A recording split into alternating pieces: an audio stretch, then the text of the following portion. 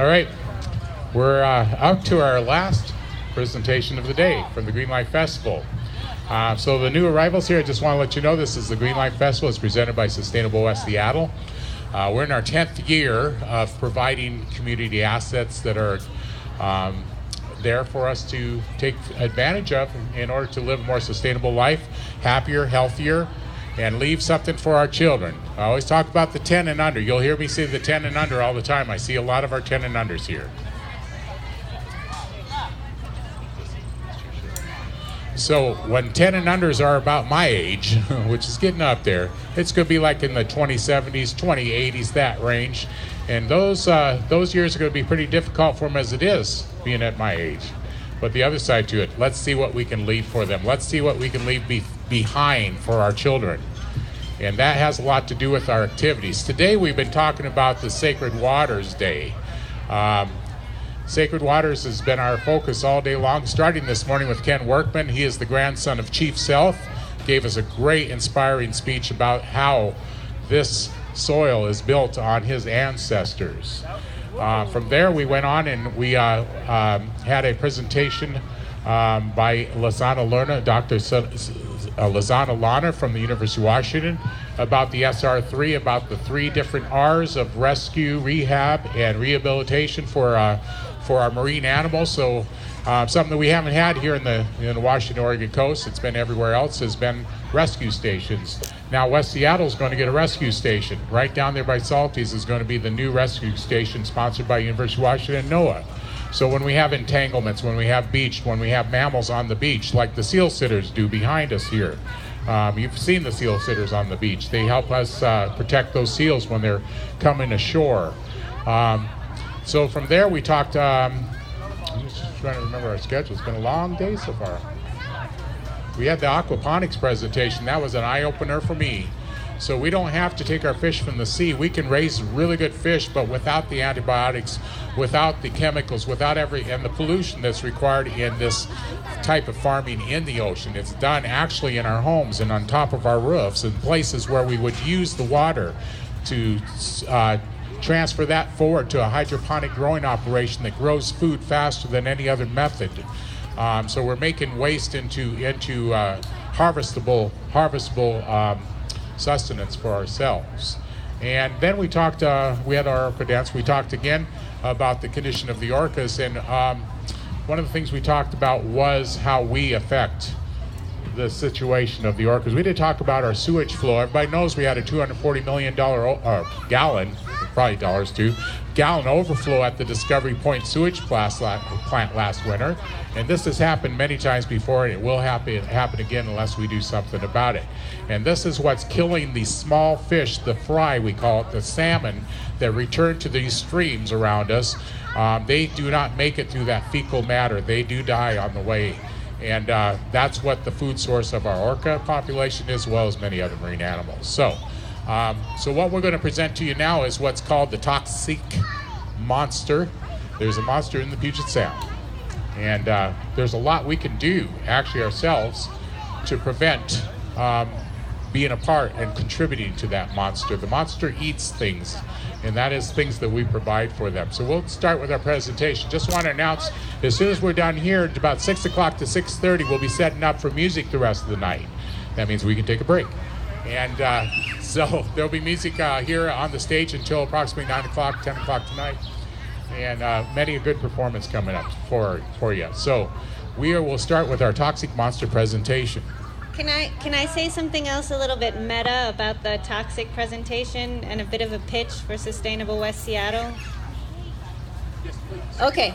I just wanted to say that the toxic presentation, Sustainable West Seattle, what's Sustainable West Seattle? Well, Sustainable West Seattle kind of was the creative force that brought you the tool library. And this presentation, the toxic presentation, that was also a brainchild of Sustainable West Seattle that was supported by Sustainable West Seattle. And the idea of the toxic presentation is to get information out there. It's basically what it is a PowerPoint full of information on how individuals can help the Puget Sound. And not only is it empowering because you can then learn how you can help the Puget Sound, but it's empowering because anybody can go to the Toxick website. It's toxick.org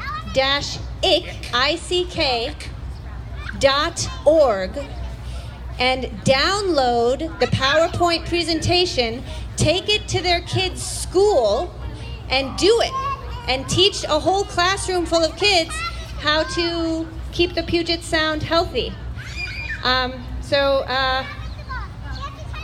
The last part of my pitch is Sustainable West Seattle likes to help with projects like this. Our whole mission is based on empowering people how to be better stewards for the environment. And we have donation cans around the festival. If you would like to contribute to Sustainable West Seattle, we also have a square reader, and we definitely need the contributions and appreciate them. Some of these projects were developed over the last 10 years. This is our 10th anniversary of Sustainable West Seattle. We started in 2007, and we've developed 9 different community projects since then. So we have a project that it's called the Incubator Grant. So we incubate new ideas, and by offering money and opportunity to fulfill those ideas that a lot of people have in their head. So what happens with your donations is that we will be preparing for another round of Incubator Grants. So people will give us information, or they will submit their idea to us, and we'll figure out which one is the best one, and that's where the money goes. So you know that's a real nice thing to contribute to. So we'll start with Don't Feed the Toxic Monster.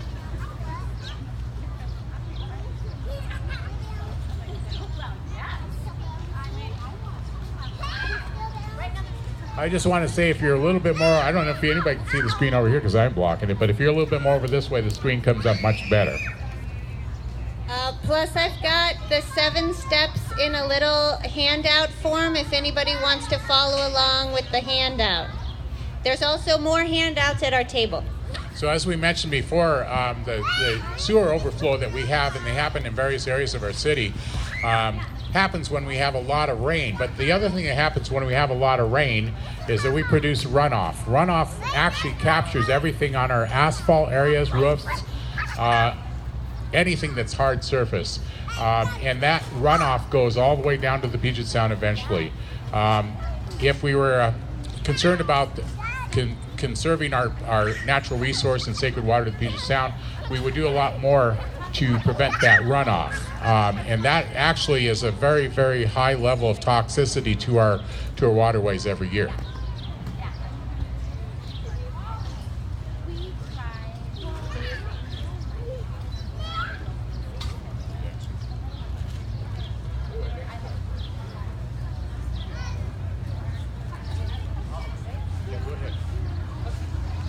So one of the inspirations for the Toxic project was diver Laura, who's not with us today, but she's very inspiring to listen to because she's always underwater.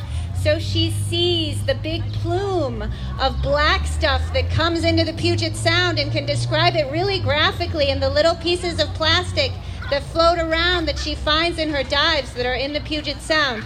So here's the list of things that are contaminating the Puget Sound, and it's all stuff that comes from our homes and lives. Petroleum from cars, fertilizers, pesticides, copper from brakes, lead, mercury, zinc, phthalates from soaps and detergents, paint, bacteria from pet waste, and plastics.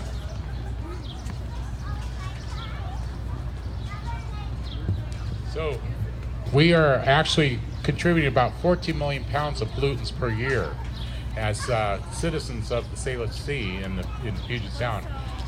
This is something that can be cut down dramatically, if not completely, with some of our abilities to change our way of doing things, mainly. That's Department of Ecology. Washington State Department of Ecology comes up with these figures for us. Sorry, the sun is so bright on my screen, it's hard to read, but I just want to share all of it with you that I can, so give me a sec to... But that's it. A lot of it comes from our driveways. Our lawns are a big one, too. And any hard surface that collects pollutants. So, with the sewage spill, how many millions of pounds was that? 240 million gallons. 240 million gallons. Okay. So that seems worse than 14 million pounds now. Yeah, well, Thinking about that those covered numbers. it pretty well in one spill. So, CSO. Okay. All right. Combined sewer overflows. I took this presentation to Gatewood Elementary, and I talked about the combined sewer overflows with the fifth graders there. Then we went down to the containment facility that's right next to Lincoln Park. That new facility, it contains 1 million gallons of rainwater. And the reason why we have to talk about combined sewer overflows and have these million gallon tanks that hold rainwater is because in Seattle, the rainwater and the sewage go to the same place. They're combined. So when it rains a lot, then the treatment plant is having to deal with the rainwater and the sewage. And that's when you have what are called combined sewage overflows. Because when there's an overflow, it's not just an overflow of the rainwater runoff from the heavy rain. It's mixed together with sewage because that's the way our system is in Seattle. So when you see that water run down the street and goes into the culverts, it goes into the drainages and that sort of thing, you have to wonder where it goes, and that's exactly where it goes. It gets combined with what you did that morning with the toilet, so just to let you know.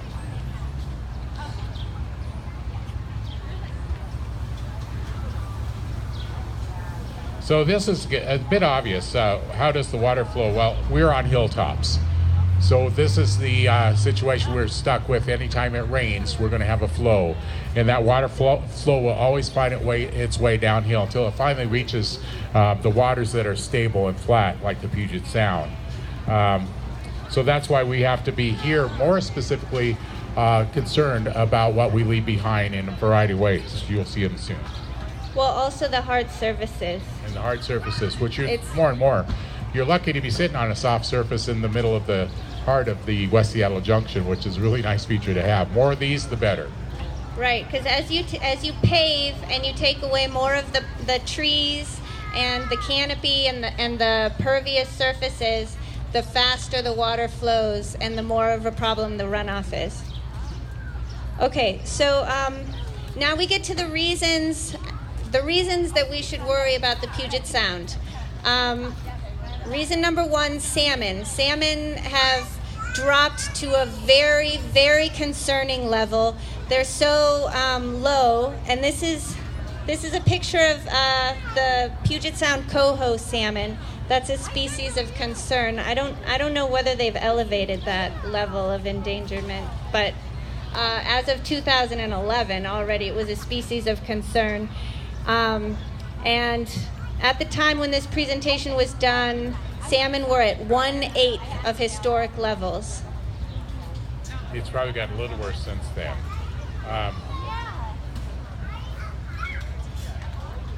So the reason that's a concern too is not just because the salmon are important. Everything's in a cycle. Everything has a closed circle, closed loop, and it affects the other species in the Puget Sound.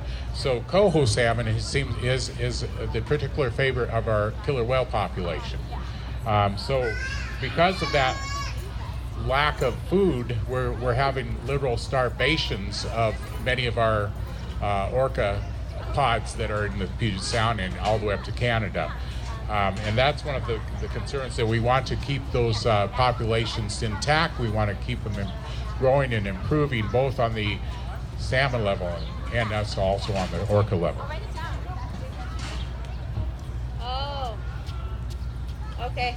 Correction. They eat Chinook, according to Hildegard. I'm sure they won't refuse any fish. Okay. Um, another thing to sort of notice is the signs all around the beaches that say toxic shellfish, do not eat, poisonous. That's relatively new. I mean, it's been here ever since I've lived here, which is since 2005. Relatively new. But it's relatively new. You know, we should be able to eat the shellfish. That it's they're toxic because there's pollution going into their environment. As our Duwamish friend that was here this morning, Ken Workman, he's the grandson of Chief Self, mentioned to us, it wasn't very long ago that the native tribes were living in our beach areas, Alki and up where now is Harbor Island, that area. And that's what they lived off of. Those shellfish were very consumable at that time. So it's getting to the point where it's not only just a loss for sport and for foraging purposes and that sort of thing, it is an industry failure as well. We're seeing that failure not only here in the Puget Sound, but throughout all our coastal regions.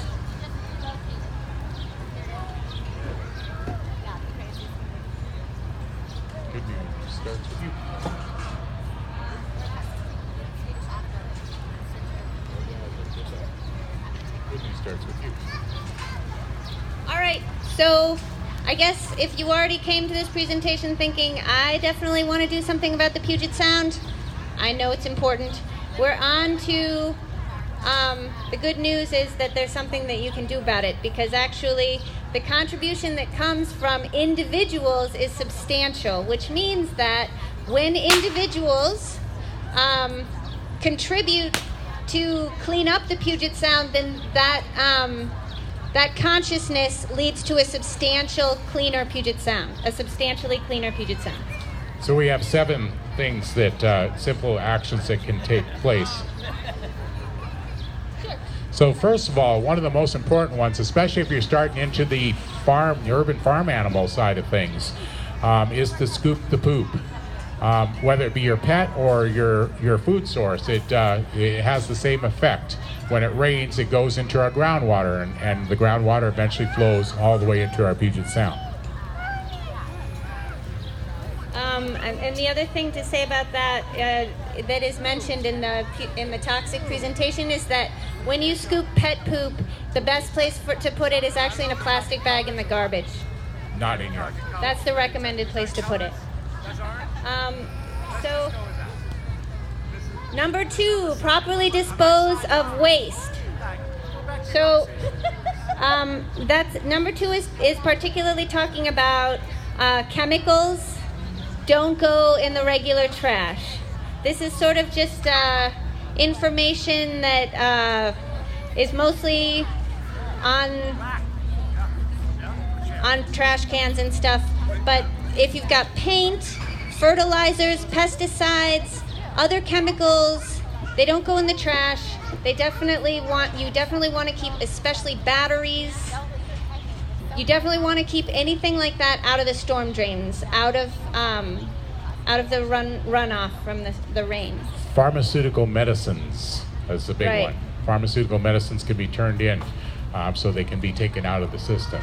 And paints, they are especially picked up, I think. Right. Paints can be done in a variety of ways. They can be taken to our South Park transfer station where they do the hazardous materials handling.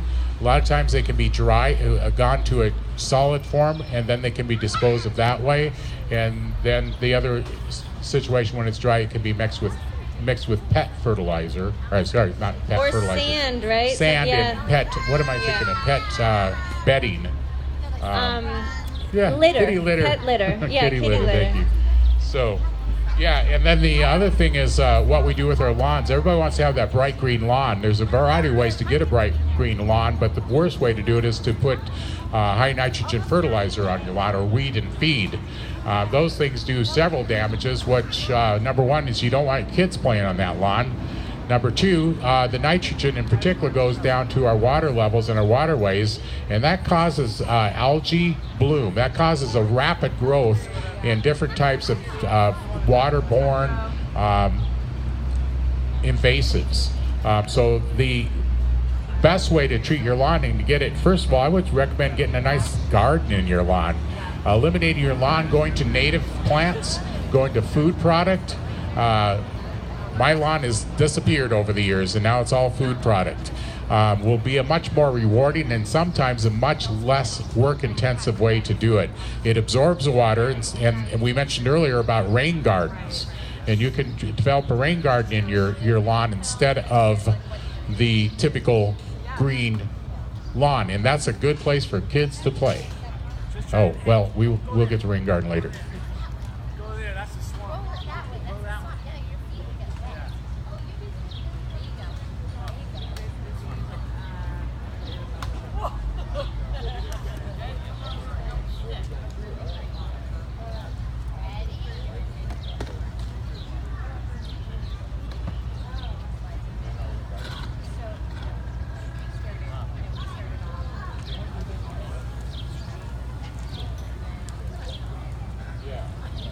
So what we might consider to be a better way of disposing of our sewer as it leaves our houses and goes into the sewer lines and goes into various other places is something they do down in Renton. It's called bioremediation. So what happens in a lot of cases is that you can run your dirty water, your sewer water, through plants, in particular plants that are rooted to absorb that. Plants thrive on that. So what happens is that they will take the toxins out and use it as a fertilizer, and they thrive. The water moves on to another level, and then you have another layer of plants that are more receptive to the cleaner water, until finally at the end of it you'll end up with a very clean water. I've seen this done at various places. There's a new form of housing called earthships, and that's the way they do all their water. In fact, when they're done, that water goes back into their gardens. So the concept is to use plants, but also fungi works really good for cleaning up. In fact, some of our new Superfund sites are being treated and planted with fungi spores in order to clean up the sewage. Fungi will absorb it very, very nicely, and then it gets removed. And then you have to dispose of the fungi afterwards. I think as toxic waste, right? Probably is toxic waste, but I've heard they compost it and eventually goes out of the system. Oh. That's very new concept. Okay, that's new. At the time this was done, you weren't supposed to put it in the compost, the fungi. No, you wouldn't do it. No, you wouldn't put it in yard waste. Wood chips is another one, but if you want to. Oh, okay.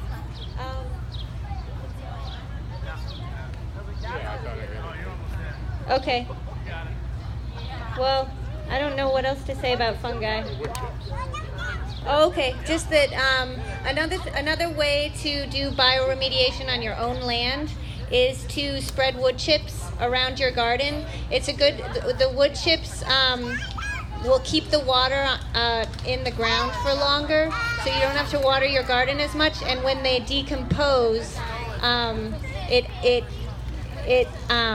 it feeds the mycelium, which is this fungi that lives in the soil, and that when the mycelium is happy, your whole garden is happy, because it lives in the soil and it holds in the water, and that's how the plants can survive dry times for longer, when you have happy mycelium. Yes, mycelium is the root of your fungus system. They can be very big. In fact, the biggest organism in the world is a mushroom, which is a some 100 square mile mycelium plant. So it's a very big thing. And if you look around yourself right now, take a look around, look at the ground. You will see not only wood chips. It's a very, I think, aesthetic way to go about using your lawn or your open space or your garden. And you'll see the wood chips are around us, as well as native plants are around us in this park right here. It's something the city has done very well, taking on that as their method of making open space. So the other thing to note is wood chips are generally free. If you see someone out that's chipping a nice bunch of wood, which would be alder or fir or pine, not necessarily cottonwood, not necessarily some of the other types of woods, but if you see someone wood chipping, give them your address, find a good dump site, they'll bring that load to you, and then it's up to you to spread it around. Make these mounds. these different areas. I've seen kids playing up in this corner here. So it's much more fun than a lawn. Way more fun. Hide and seek, much better. I'm pretty sure you can get on arborists' lists too for dumping wood chips. There is a website for that, so you can leave them your address, and when they have a load, they'll come to you as soon as they can. There's a lot of demand for it. It used to be easy to get, but now there's a lot of demand.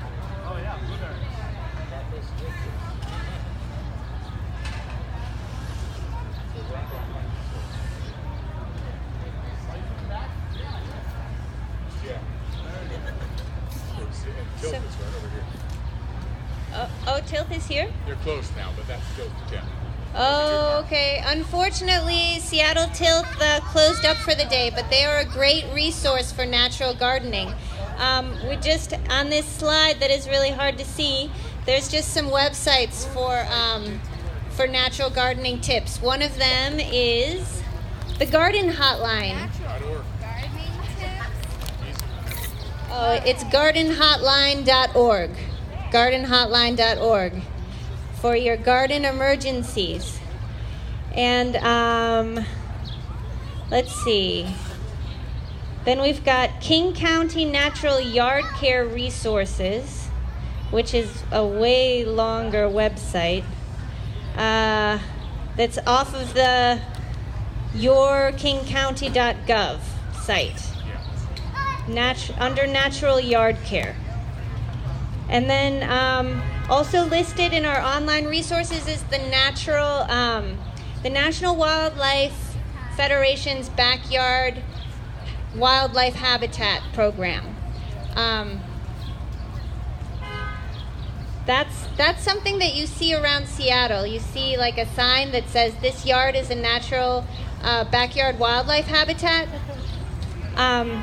I don't know how it works, though. Do you know how that works? Yeah, you get certified. Actually, there is a website for that. You can ask them to come out and see your backyard and see how well you've maintained it without any chemicals or herbicides or fertilizers, and that you are providing for some of the wildlife, especially birds, and that they have the plants and they have the seeds and the things that they need to feed on. Shelter. And that certifies you.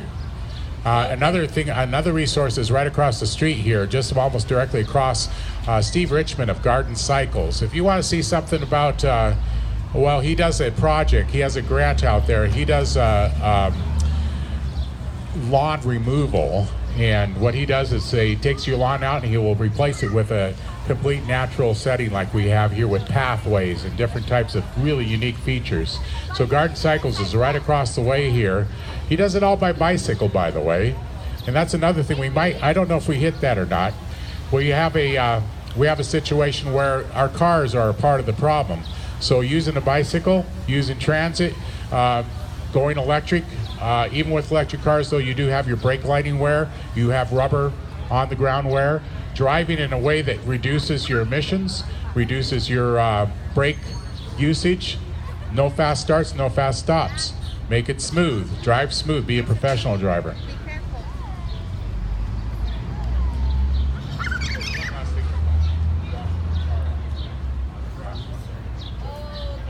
Yeah, and this is actually real quick car washes. When you wash your car in your own house and the soap goes down the driveway, it's gonna go end up in the Puget Sound. That's how phthalates get into the Puget Sound, is through detergents and soaps. So that's why it's always recommended to go to a commercial car wash, because then the soap is not gonna go into the Puget Sound. The other idea is is this not recommended anymore, to wash your car on the lawn? It's not a good idea. It's much better to go to places where they recycle the water, like Brown Bear. Right, yeah. Your lawn is better than the street, basically. But Brown Bear is a good choice because they're very conscious about the Puget Sound being right there. And the Puget Sound is right there, so we all have to be conscious about that. From our house. Anything else? I was just going to say, the other thing about car washes is a lot of people do car washes for fundraisers and stuff like that. Is that the next slide? It could be. Yeah. So there's an alternative to doing a car wash fundraiser with your school or with your organization, and that is, I think it's some kind of vouchers for car washes, like at the Brown Bear, and that's through King County website. They've got alternatives. I think you need to look up, I think there was a different website. Easy enough to Google. I think you need to Google alternative car wash fundraising, because I think that this website is actually not up to date. I found a better one, but I don't remember what it was.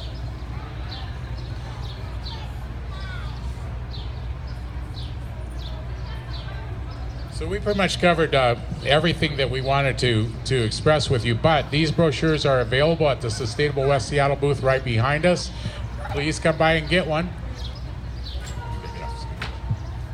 So, a very good idea to pick one up, and then you can study it yourself and implement some of these really good ideas. It was really well thought out. It was a project of Sustainable West Seattle in 2011, I believe, and it's still up to date. It has a lot of good features. Okay. So we talked about create a poop-free Puget Sound, which is a really good idea. You heard the whales earlier. You pooped in my water. Number 2, properly dispose of waste. Number 3, use your car wash facilities. Wash your car on the lawn if you can't find a good car wash or not on a hard surface. Walk, bike, take public transit. Plant and protect native evergreens. Practice natural yard care, and keep water on site with rain gardens or cisterns. I actually store 1,000 gallons in my cistern. Got it about 5 years ago. I think it was the same day we had that 100+ degree day. I was putting it up. Very dry day, but I've paid for it over and over again, because what it takes monetarily to water a garden, you'll watch your water bills go up in the summer. You'll see what I mean. You could pay for a cistern within 2 years. So it's not a big investment, but it is a really good payback. Thank you, guys. Again, you can go ahead and pick up these brochures behind us at the Sustainable West Seattle booth.